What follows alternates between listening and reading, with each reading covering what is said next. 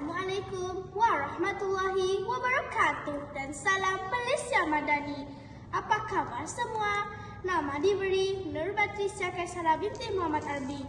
Saya merupakan murid tahun 5 aspirasi Sekolah Kebangsaan Abang Leman Kabong dengan kod sekolah YBA 2208. Pada waktu lapang, saya sangat gemar membaca. Ada bermacam-macam bahan bacaan yang menjadi pilihan saya. Bagi tujuan resensi buku pada kali ini, buku yang berjudul Mia Girl ini menjadi pilihan utama saya.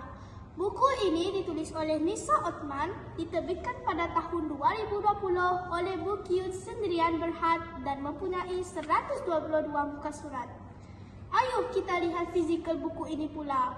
Ternyata buku ini dijilidkan dengan kemas sekali.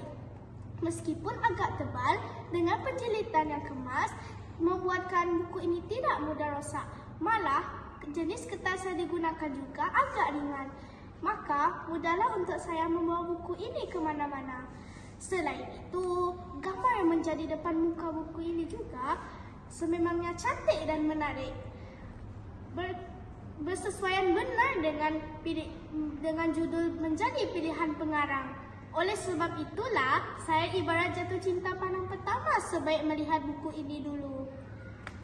Ada yang nak tahu apa lagi yang menarik tentang buku ini? Baiklah, saya kupas sedikit isi kandungan dalam buku ini untuk halwa telinga semua.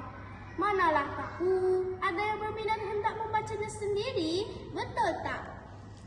Buku ini mengisahkan seorang remaja bernama Kisha Ziana, iaitu anak kepada Encik Zarul dan Puan Rosa. Kisha merupakan anak bongsu daripada 2 orang adik-beradik. Ketika berusia 5 tahun, Kisha pernah melalui satu pengalaman ngeri. Pada waktu itu, dia bermain di taman. Kejadian itu berlaku apabila Kisha terjumpa satu objek berdekatan dengan tempatnya bermain. Tindakan beraninya menarik objek itu mengakibatkan Kisha digigit oleh kucing pada bahagian bahu dan tangannya. Malah, Kisha juga dicakar oleh kucing sehingga meninggalkan parut di wajahnya. Sejak dari itulah, Kisha fobia akan kucing.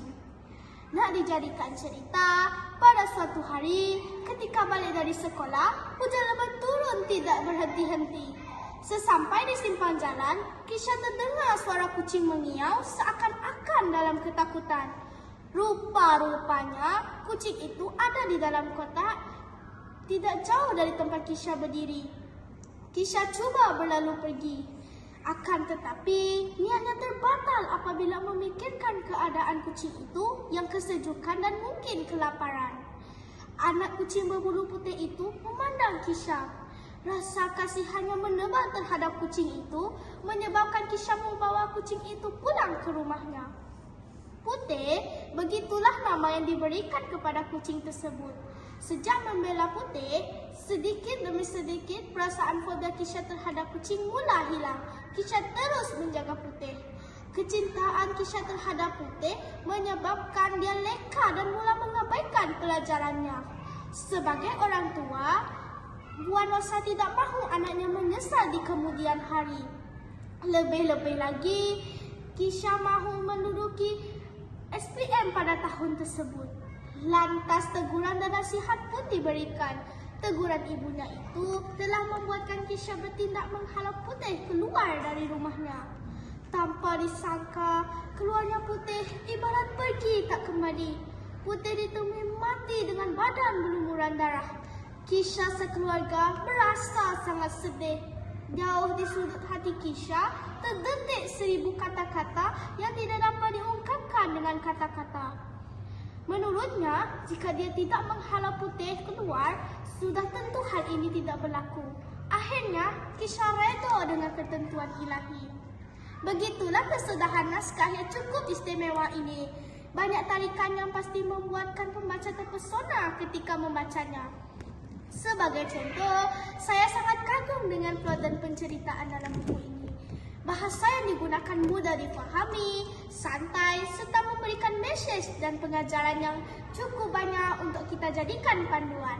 Antaranya, kita hendaklah saling mengasihi sesama makhluk termasuk haiwan peliharaan. Amalan ini diterapkan sendiri oleh baginda Rasulullah yang sangat sayang akan kucing. Kedua, kita perlu prihatin akan keadaan sekeliling. Hulurkan bantuan kepada siapa-siapa yang memerlukan dan jangan sesekali bersikap pentingkan diri sendiri. InsyaAllah, berkat bantuan yang diberi, maka Allah akan memudahkan juga urusan kita suatu hari kelak. Akhir sekali, lunaskanlah tanggungjawab kita dengan sebaiknya agar kita dapat mencapai apa-apa yang dihajati demi kelangsungan hidup di kemudian hari. Sekian bicara buku daripada saya.